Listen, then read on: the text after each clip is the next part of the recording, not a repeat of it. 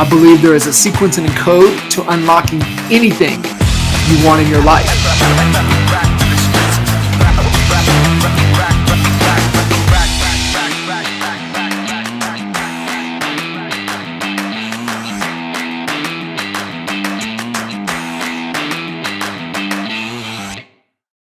What's up, everybody, man? Thank you guys for tuning in to another episode of the Coach Code podcast. Got Mr. Travis Halbrook in the house with us. What's going on? Hey, man. Good morning. Great to be here. Good morning. Take two, right? We'll do a little take two here. Yes, sir. I was getting a little nervous again. Technology is not my friend. I've just switched over to Macs, and I'm still definitely learning how to operate this machine. It's a powerful machine. Yes, it is. It is a very powerful machine. You will not go back now, I promise. Oh man. Well, cool. So, appreciate you making the time, jumping in. I know we can go down a bunch of different avenues here, and I'm sure we will, but I'd love for you to give a little context, a little background, about you yourself, prior to real estate. I think there's a couple lessons to be learned for a lot of folks listening in, and how we can really pull from our previous experiences and how those lay into and really help accelerate things, when we potentially move into real estate or move into any other industry. Sure. Yeah. So I can't really go back prior to real estate because real estate's what I did coming straight out of college.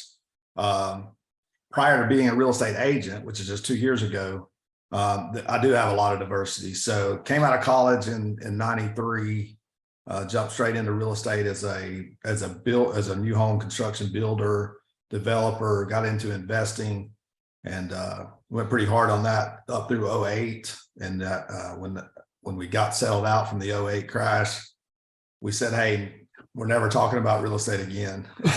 We did. First rule of Fight Club. First rule of Fight Club, or a happy marriage, is never talk about never talk about real estate again. So we didn't from 08 till 2020. So what we did in the meantime, at the end of 08, got out of all of my real estate by the end of 07, first of 08. By August of 08, we had started another company building. I started from literally zero, building a waste management company, and just totally built that bootstrap. Again, we were broke and went bankrupt in 07, and took a part-time job, or took a full-time job. I was a night manager at Racetrack, gas station chain. I don't know if it's national, but it's big here in the Southeast. So I took a nighttime job as a manager for Racetrack just to have a steady paycheck, and then started a company up picking up trash. Literally picked up my first 3 customers in the trunk of a car. So that's literally how small we started as a trash company. We grew that from 08 to 2017, was one of the largest in our market, and sold off the trash side in 2017 to focus on the division that just recycle cardboard for Chick-fil-A's, and we grew that. We grew that, and are still operating that, but that became just kind of a totally passive, hands-off business for me. Passed that on to my daughter, who's running that, and so that's when I had the opportunity to get back into real estate. Got my license at the beginning of 21, and I've been growing it ever since. So I've been in business, entrepreneur space, my whole adult life, but definitely draw a lot in building this business from those previous experiences. Yeah, so much. And I think that's just it's a great lesson, especially, you see most of the time, a lot of agents, get into this by default, or, hey, I'm going to sell my house, and so let me get my license and I'll do it myself, or they kind of, fall into it somehow. Very few, do kind of, have the opportunity like what Bryson's doing. But, for most of us, just for me, it was just part of the job, right? On the operational side, just to get the license, but really being able to go through there. But for most people, it's second, third, career.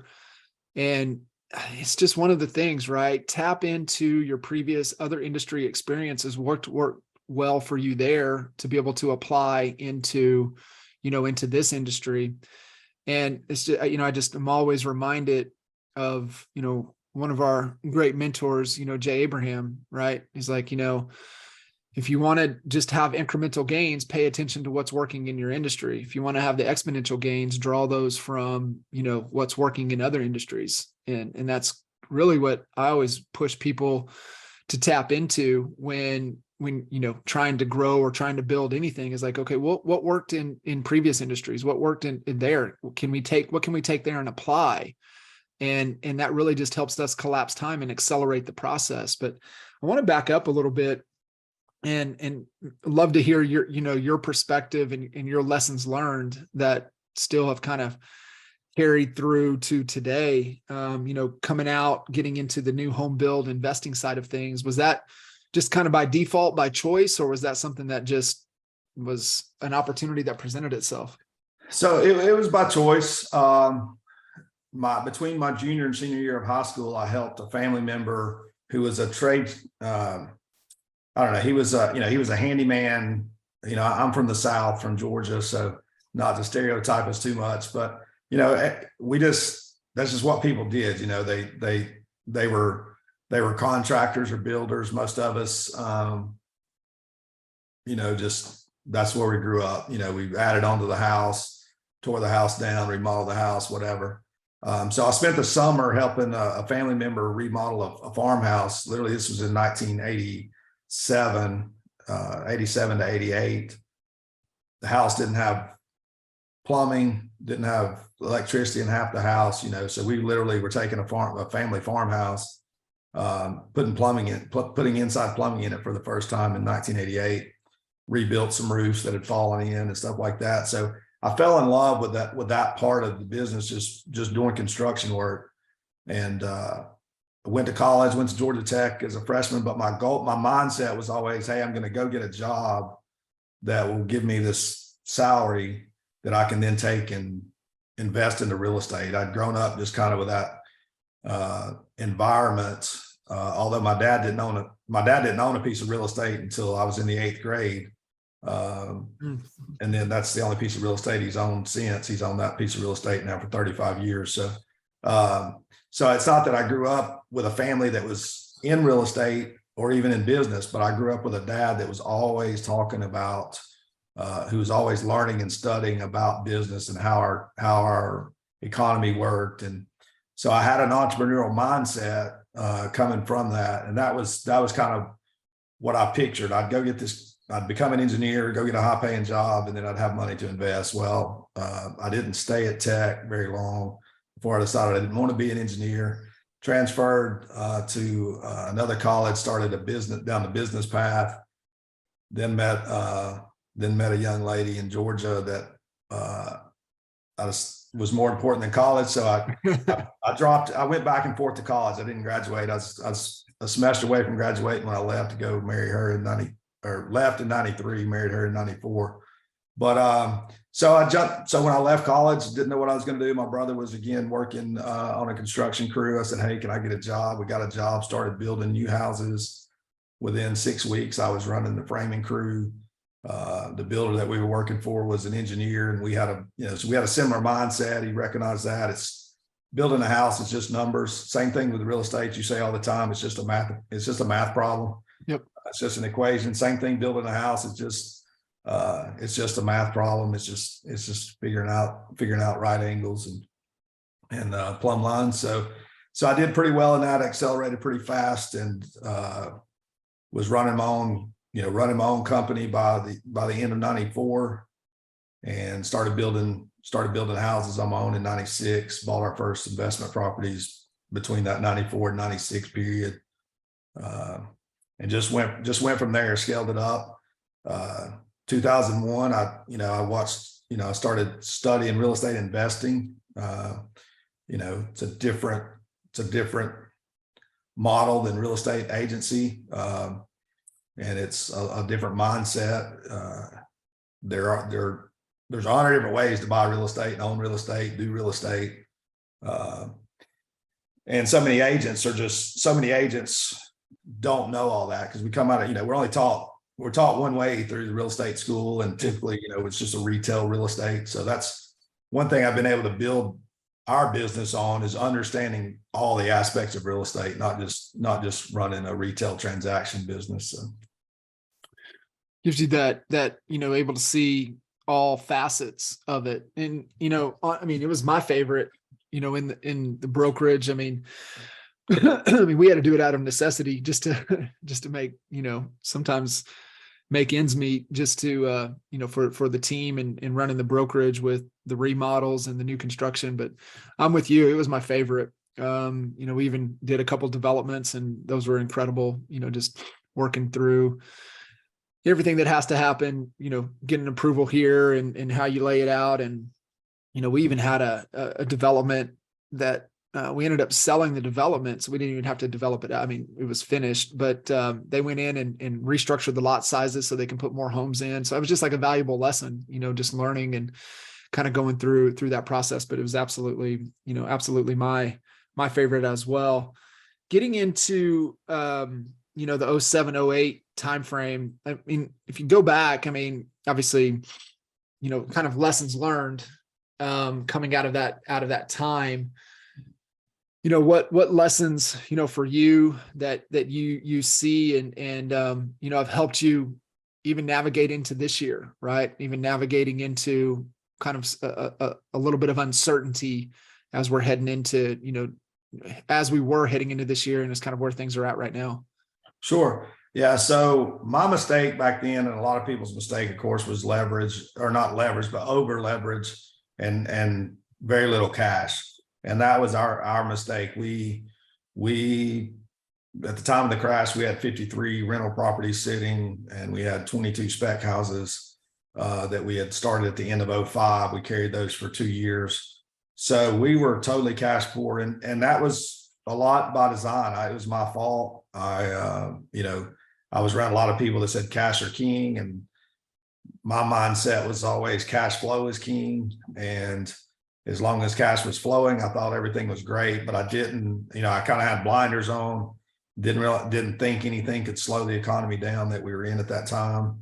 And so, but when the spigot turned off and that cash flow stopped, and there were no buckets of cash in reserve, we were dead in the water. There was nothing we could do when there wasn't a next deal, because that's literally how we were operating. It was, we'll start it, if we needed cash, we just started another deal, and then we had cash to work. But when the next deal wasn't there, when it wasn't available, then that's when we ran into a wall. So what I've learned a lot of things. The main thing I've learned is that be aware of where your cash position is. I'm not a believer in doing everything in cash by any means, and I'm not, but there's a healthy cash position. And one thing I've been doing, I got introduced to Ben Kinney through some of our business partners here at EXP a little over a year ago, and I love his presentation of having the 5 buckets, and one of those buckets is cash. So that as your leverage grows and your business grows, that bucket of cash needs to grow proportionally. So we've done a pretty good job of that in our business, and making sure that we've got enough cash reserves, and it's helped us. I mean, we've made a couple of acquisitions this year that took, that dipped that cash bucket down, but now we're building that cash bucket back up before we go on and take on the next project. So that's a big lesson, is just learning how to manage cash flow, not being blind to what's going on around you, realizing that, we are now more so even than 07, 08, we are a global economy. So we're not totally isolated. I do believe that, certain markets can continue to be strong even if other markets suffer, but we still have to deal with especially now with so much media and social media.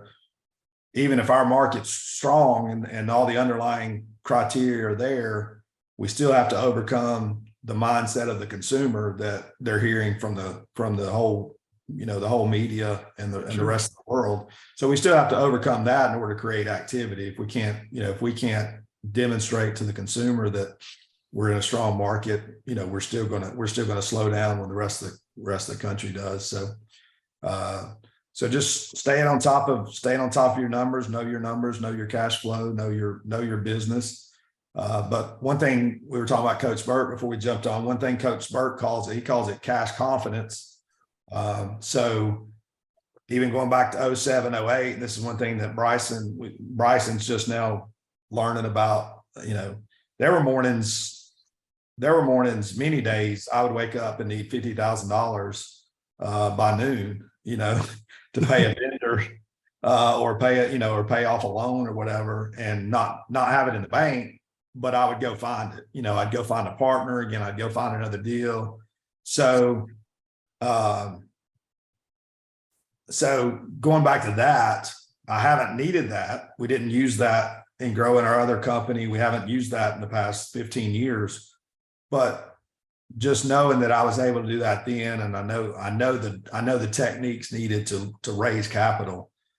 So having that cash confidence from there, but also just in our business, again, when you know your numbers, one thing that of course you work on with us all the time, is knowing our numbers, the reverse engineering, trusting the process. So we have cash confidence that, hey, if we just keep doing if we just keep doing the right things, we're going to, the cash is going to come. And so, those are a couple of I guess the primary lessons are all around cash. Yeah, it's always around cash.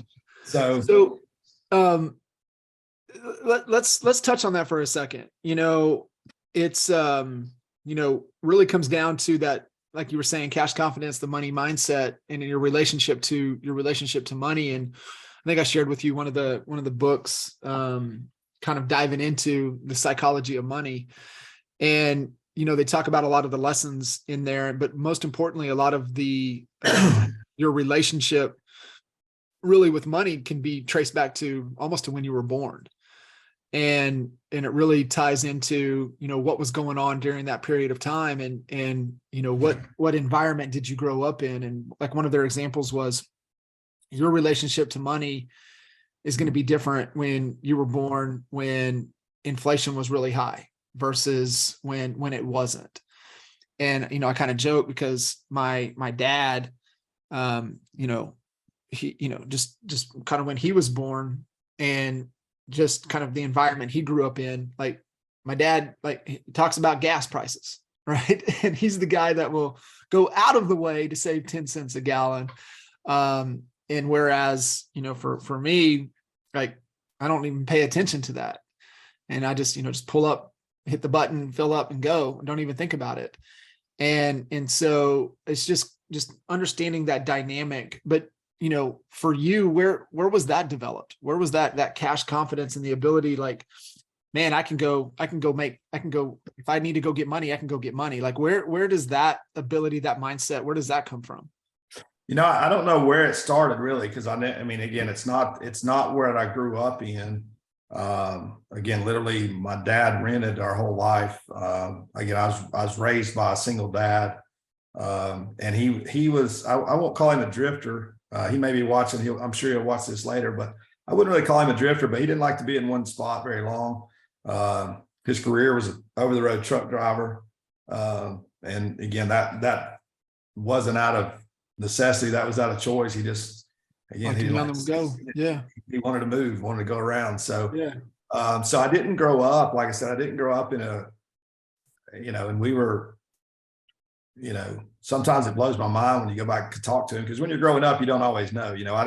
I didn't know about the times he was working for $8 an hour, when I was a teenager, and so now that kind of blows your mind. How did he feed a family of 3, and then he remarried and then had 3 more kids. So, how did he feed a family on $8 an hour? I don't know. I can't imagine it. So I didn't grow up in an environment that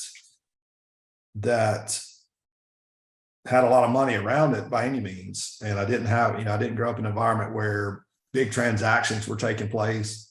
But, once I got out and got into the real estate environment, and you're working on, those first houses I started building were, we started in what's now North Atlanta, but in 1993, the first house I built was a $400,000 house. And again, this was in 1993. And a couple years later, I moved here to this area where I'm at now, here in Northeast Georgia, and met a whole new group of, construction people. And again, we were building, again, $400,000 houses, and they wanted me to go build one that was going to be 89,000. And, so I gave them my quote, and they're like, man, that's too much money. And I was like, well, I don't know. I've never built one. I've never built one that small. So I don't have a point of reference, So I think some of it just came from the fact that I was just around big projects straight out of the gate. I didn't have a fear. I didn't feel like I needed to start small and grow. I started out in an environment that was pretty big. And so when you get around big transactions, and see how those people operate, I guess maybe the mindset came from there. I'm not sure. But I also, when I got into the investing side, I became a full-time student. I literally went every day. There was an organization, an educational organization, the Real Estate Investment Association in Atlanta. It was a nonprofit, and it was a university for real estate investors, really. There were people having classes all day. There were books, there were resources. You could check out, all the training courses. And I just became a full-time student of what was available, and I believed them, and then went out and tested it. And when it worked, and that's kind of, again, back to Coach Bird, that's one thing, when you put something to a test and it works, and you do it again and it works, then, eventually you gotta just own the fact that, hey, if I keep doing this, if I keep following this process, it works. So, yeah. So that's, and again, that's back to a lesson learned from that time that I've implemented here. Once I became an agent, it's the same. It's all about learning, and then taking action. Too many of us get stuck in learning and never take action. I was on a call this morning. There's a honey badger in Atlanta. She's been with EXP for 2 years, hasn't done a transaction yet. She's been learning for 2 years. At some point you got to take action. You got to go out and put it into practice. Also picked up a little book that I haven't read in a while, by John Maxwell this morning. Just the introduction, he talked about that. From a leadership perspective, it's one thing to understand leadership. It's another thing to do leadership. And so it's the same thing with everything. We can't get stuck in just understanding and learning. We got to go do. Once we do, we become confident, and we grow that confidence over time. So, and yeah, it's, I've talked about, that commitment to confidence cycle, and, it starts with the courage to take the action, and you never feel confident. You act your way into confidence, and that's through, the required action of doing the work. And you have to develop the capabilities along the way. Yeah, you can study it as much as you want, but it's a different thing than, me listening to David Goggins and talking about running 100 miles than actually getting out and running 100 miles, right? Like you can't even fathom the learning difference. And I think it's the same thing, like with what you're talking about, right? Is that you're in the trenches, you're I mean, you're woodpeckering, you're sticking, stick building that thing together, and trusting the blueprint, trusting the process, making your adjustments, and, kind of going through as, learning as you go. I think there's got to be, I like the little bit of a balance, right? The study and becoming a student, and then also the real world application of it, because then you have those experiences and you're like, okay, now I get what they were talking about there. Now I understand that.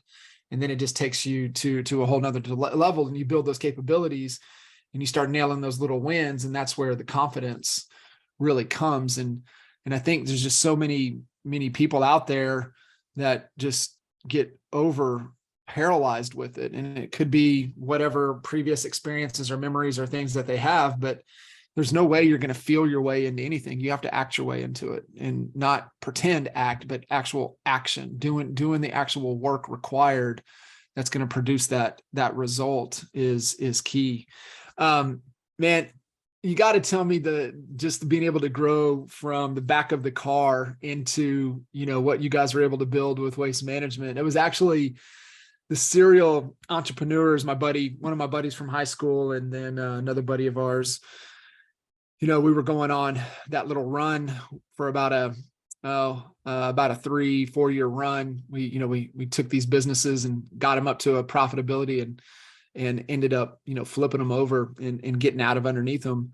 And the last one for us was a waste management contract. We landed with Republic Paperboard, and making sheetrock, and so hauling a bunch of cardboard, like what what you guys have with Chick-fil-A. We were had that contract for them on site, and we I don't know how we did it, but we landed the contract without any equipment, and then all of a sudden we had the contract, and we had to go get the equipment.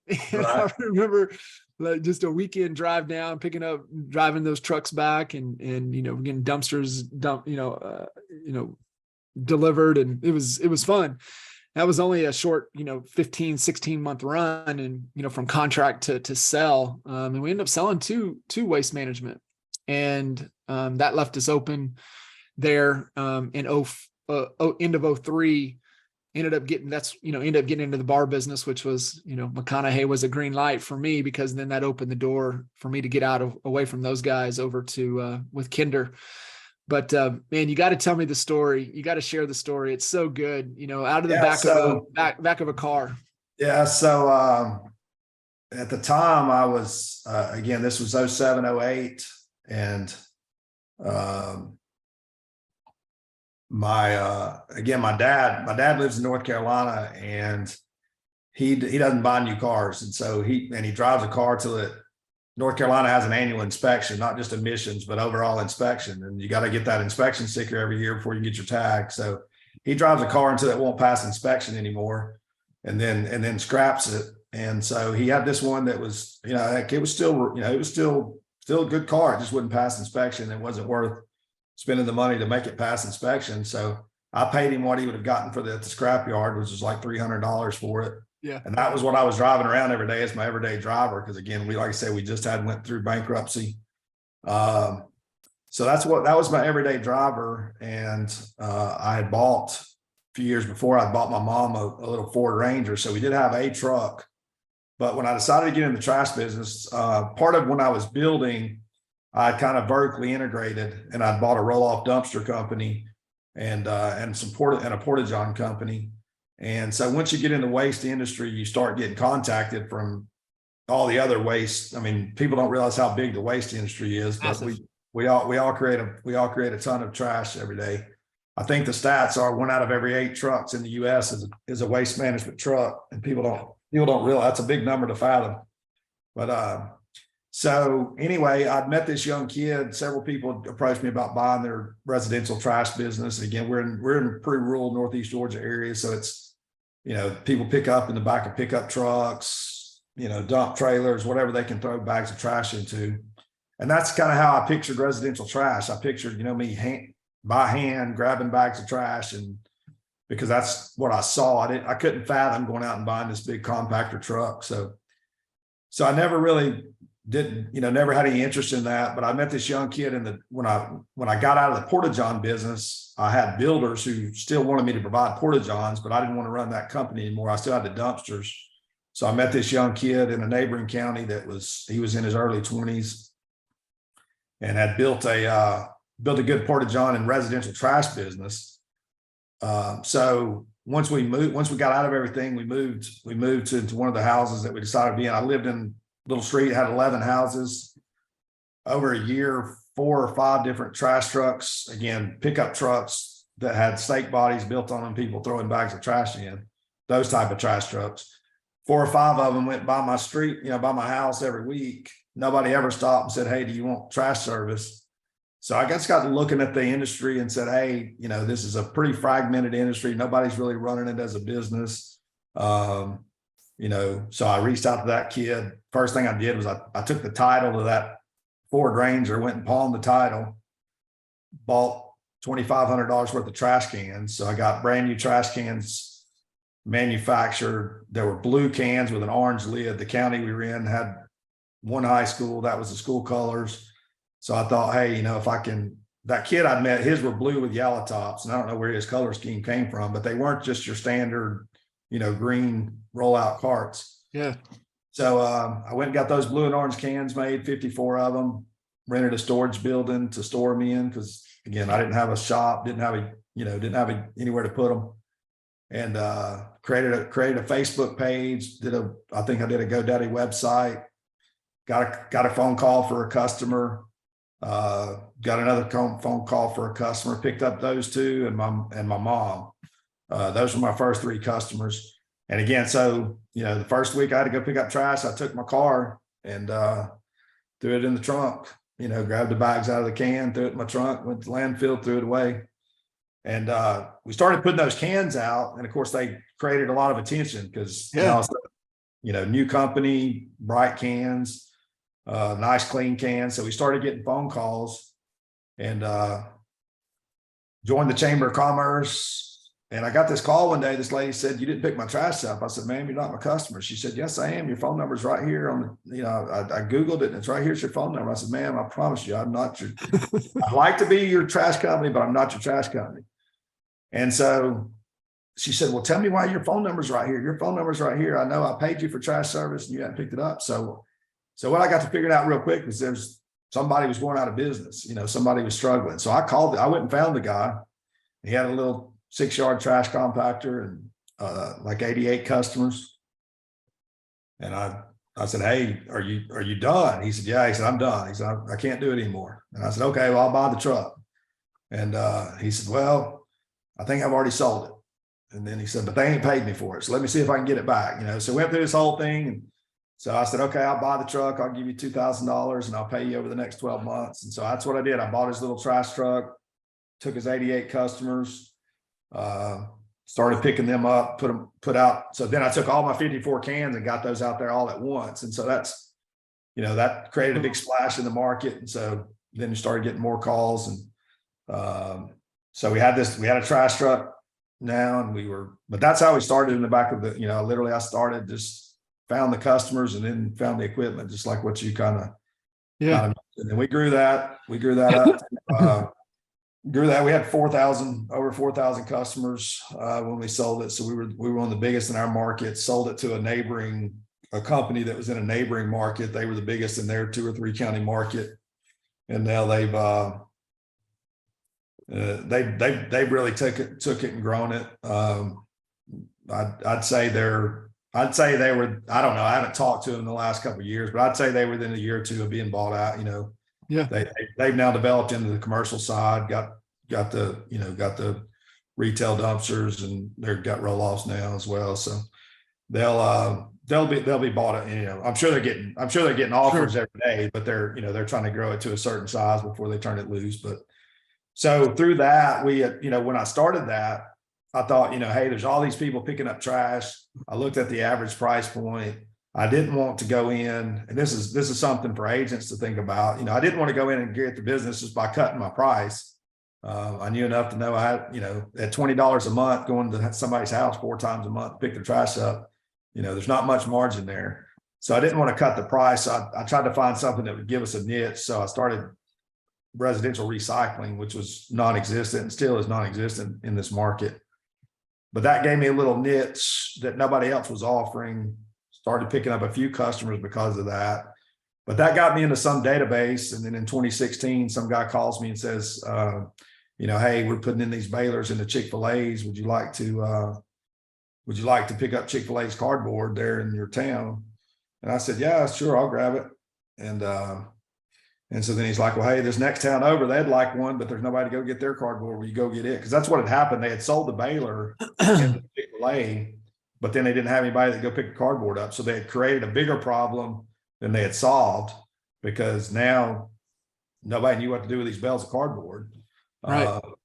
And so so we grew that. At one time, we'd gotten up to 159 Chick-fil-A's. We took all of Georgia, Alabama, and southern panhandle of Florida, or the panhandle of Florida. And that was a tiger by the tail. I spent, in 2018, I spent 28 days out of every month in Alabama. Oh boy. With my family still here in Georgia. So that, we didn't like that. So we pulled back out of Alabama, just shrunk it back down. Now we just service Metro Atlanta.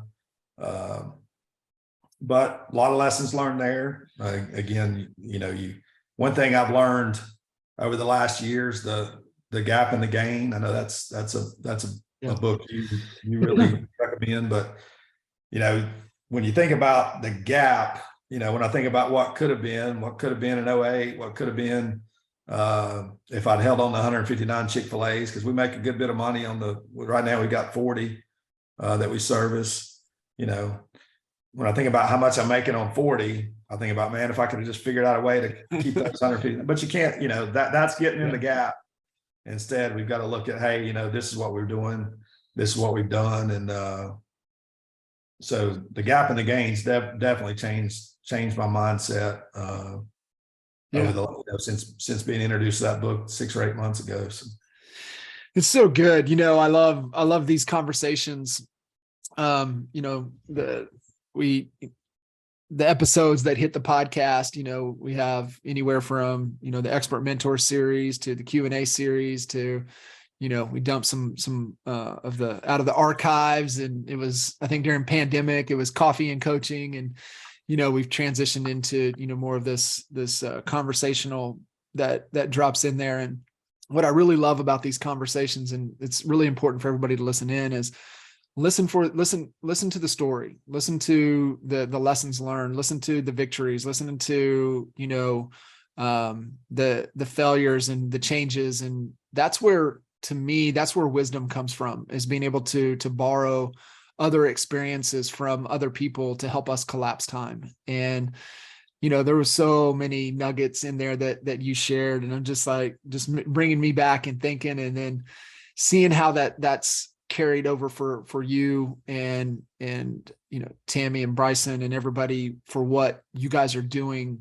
now, and how it's been for how fast you guys have been able to do what you've done in just a short amount of time is remarkable. And what I always look back to, okay, well, what's causing that? What's the behavior? What are the lessons? What's the mental framework? How are we operating to be able to do that and go fast? And so it's always great to go a little bit deeper and hear the stories. And I'm a big fan of Ryan Holiday, and was going through his New Year, New You kind of challenge. And one of the things that in like middle of the days of the New Year, New You process that he talks about was really going deep. And what he talks about is the Stoics and the ancient philosophers, is that, especially he's really big around Marcus Aurelius and meditations. And he's like, you can't understand meditations until you understand the time period that Marcus Aurelius was going through.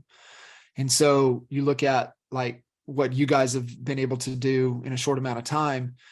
It's really hard to understand that unless you understand the story that got you there and the experience and the journey that got you there. And so that's what I love about these conversations, and being able to listen to those stories, because then it helps you understand what's working today, what's going on now.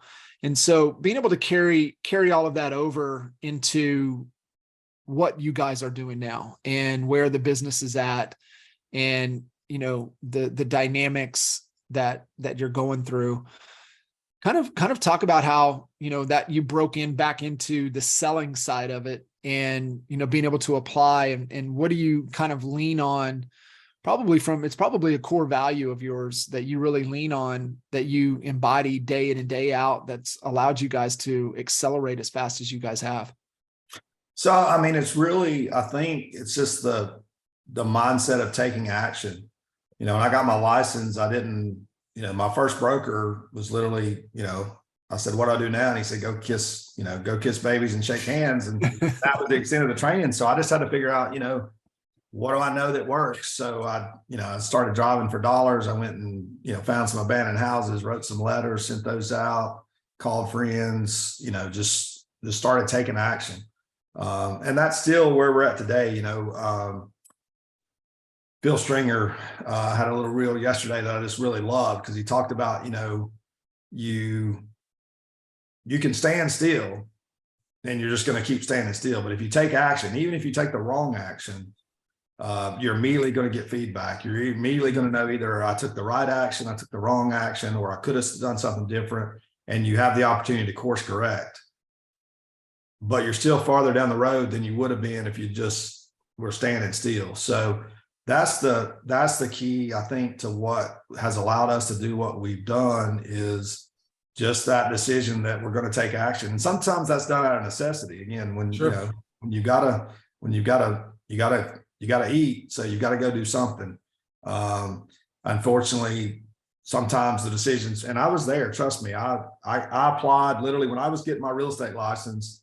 I applied to Amazon. Amazon has big distribution centers here within about 20 minutes of the house. Sure. And, they're always advertising flexible work schedules, 4-10s, 3-9s, whatever you want to work. I mean, I applied to Amazon 4 different times during that time when I was getting my license, because that mindset's there. Hey, I've got to feed my family, so I better get a job in case I don't sell any real estate. Fortunately, we were able to fight that off every day that I would, I'd be just that close to going and punching the clock, and I'd say, and start in a position with them. And I'd say, I believe I can do this, if I'll just stick to it and go do it. So, sometimes you got to fight that fear off to say there's an easier way, because certainly going and getting a job would have been an easier way to, just meet the needs, but it would have never got me to where we're at. So it's just taking action and not being afraid to fail. I mean, again, back to lessons learned. We failed, we didn't die, we learned from it. And so that's my mindset. And then just supporting other people has been the other part. Probably the biggest part of my success is this isn't all about me at all. I run my team a little different maybe than some other team leaders. It doesn't all run through me. I mean, I don't take the credit for every transaction we do. I mean, I let my agents, I make money off of every one of them. Don't make me, don't get me wrong there. I make money off of them, but I don't run the transactions all through me. I let them do their own transactions. And that's what I've focused on most, is trying to help other agents grow their business. And then that's allowing us to grow the team and grow my business. So that's the biggest thing, is just taking action. One of the first things I did when I got to EXP was plug in the Grant Cardone training series that was available. That's when we first plugged into his stuff, and his early stuff. That's what it was all about. It was all about, going to work to go to work. I sold cars for a little period of time just before I got my license. And there's another trainer similar to Cardone that's in the training business for the car industry. And Joe Verdi, and that's his saying. I ordered his cards and had it stuck on my computer at work, was go to work to go to work. So many agents, we get up in the morning, we don't know what to do. We hang around. You realize it's 5 o'clock in the afternoon, you haven't done anything. Yeah. We've got to go to work every day, and not just go to work to sit around and chat or sit around and play video games, surf social media, but we actually got to go to work and do some work. Right. Yeah. It's always that, great reminder, if you were employing you, what would you do? Would you fire you? Would you give yourself a raise? Like, what would you do? And it's just always that great mindset, every day, if I was employing myself, would I approve of what was done today? Was my output where it needed to be as an employee for this employer? And if a lot of agents would adopt that mindset, the failure rate in this industry wouldn't be anywhere near of what it is. And so it's just getting in and taking action and doing the work. And like you said, what Phil shared, even the wrong action is going to give you the feedback loop. than no action at all. So it is fantastic. Share with me a little bit. I always love to get perspective on this, because you see a lot of real estate agents and companies and teams. They're typically have a significant other, spouse, family driven type of business structure. I mean, how have you guys been able to navigate that, in just the pros and cons, and ways to navigate the family dynamic in real estate? So, we haven't been, when I first got my license, of course, Bryson was still in high school. Our daughter's been out on her own for a few years, and Tammy had a corporate job at the time. So starting out, it wasn't a family, it wasn't a family activity. It was just, that was my job and that's what I did. And they did their thing, and we were very much about, I loved it because, again, I was able to, one reason I did it, like I said, I was selling cars, and selling cars through COVID was fine because we didn't have anything else to do. So I'd go to work, sell cars. But then once COVID started breaking up and sports season started back, Bryson was going into his junior year. I'd never missed a ball game before, because, again, I'd always been self-employed, control my own schedule. The car dealership I was at didn't let that happen. So, when it's time to go back to playing sports, I said, man, I'm not missing a game. So that's when I decided to get my license. And I was able to sell real estate at a high level while not causing my family to suffer or give up what I wanted to enjoy with my family. But it was just me. It wasn't a family thing. Bryson was finishing up his senior year of high school. We'd always assumed he was going to go to college. He's not. He was much like me. Wasn't really driven to go to college for a particular topic. And I think college, the whole college scene has changed, and the value of college has changed a lot, which is a totally different topic. But we figured he would go for the social aspect. He'd always talked about being a frat boy and wanting to go, get involved in that for a while. And we, hey, we would have supported it at that, because, again, that's one of the highest values of college, in my opinion, is going and the relationships, building those relationships. So we would have supported it, but he did work-based study his second half of his senior year, and worked with me and my team at the time, and started doing his real estate course as part of that work-based study time.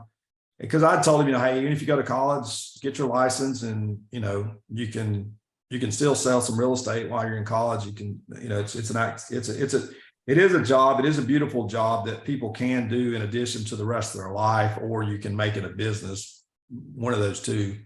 But it is a flexible career. So I encouraged him to get his license. By the time school was out, he decided that's what he wanted to do. So he was able to get his license just after graduation and joined me.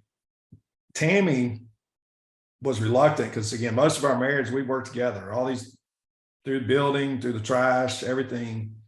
It was me and her literally side by side. There were times we shared the same desk. We were just sitting on opposite sides. And so, so we've done it our whole life, but there was a point in time there, even when we had sold off the trash and was doing the cardboard again. The reason I was in Alabama the whole year in 2018 was the market crashed.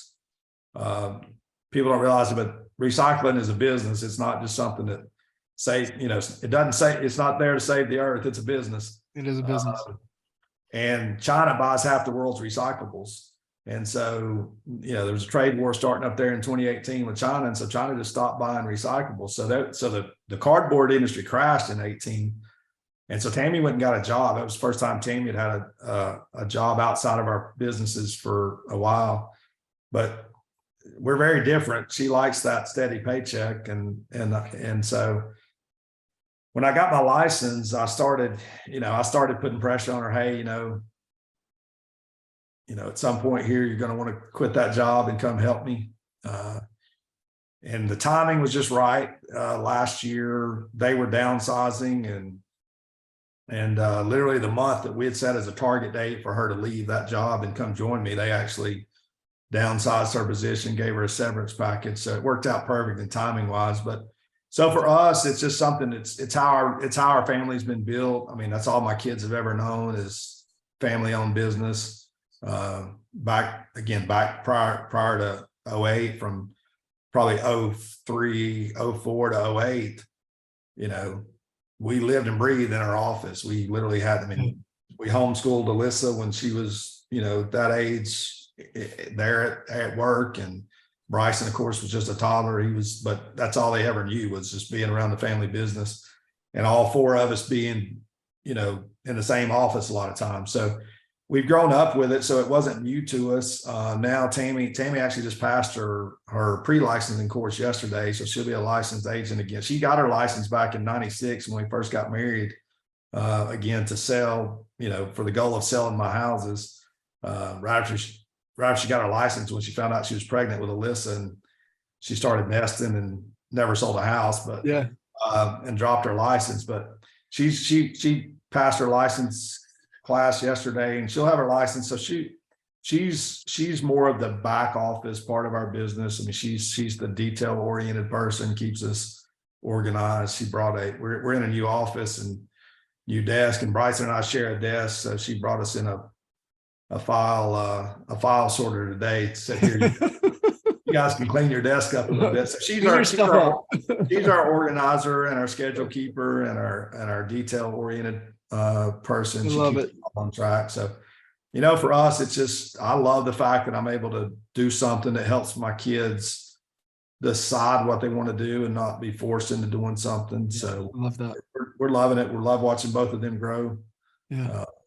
So good. So it's exciting. It is exciting. Well, brother, I appreciate you making the time, jumping in, sharing your story. It's packed full of wisdom and nuggets and gold, and, you know, what you guys have been able to do in a short amount of time. And, you know, just, it's exciting, the opportunity and the future out in front of you. And the vision is large, and it's exciting, and just great to see it come together. Man, I appreciate it. I thank you for being one of our coaches, and you know, all the other people that pour into us. I appreciate the other people we have on. I loved yesterday's show with Gaydash. And so just, you know, love getting value from all the sources, and happy to try to give a little bit of that back. So you sure did. And I appreciate it. Everybody listening in, make sure you guys connect with Travis and what they're doing there. They've got a niche that they're dialed into with their business around the lake, and it's really cool to see a lot of nuggets. So make sure you guys get connected, and we'll catch you guys on the next episode. Thank you. See you guys.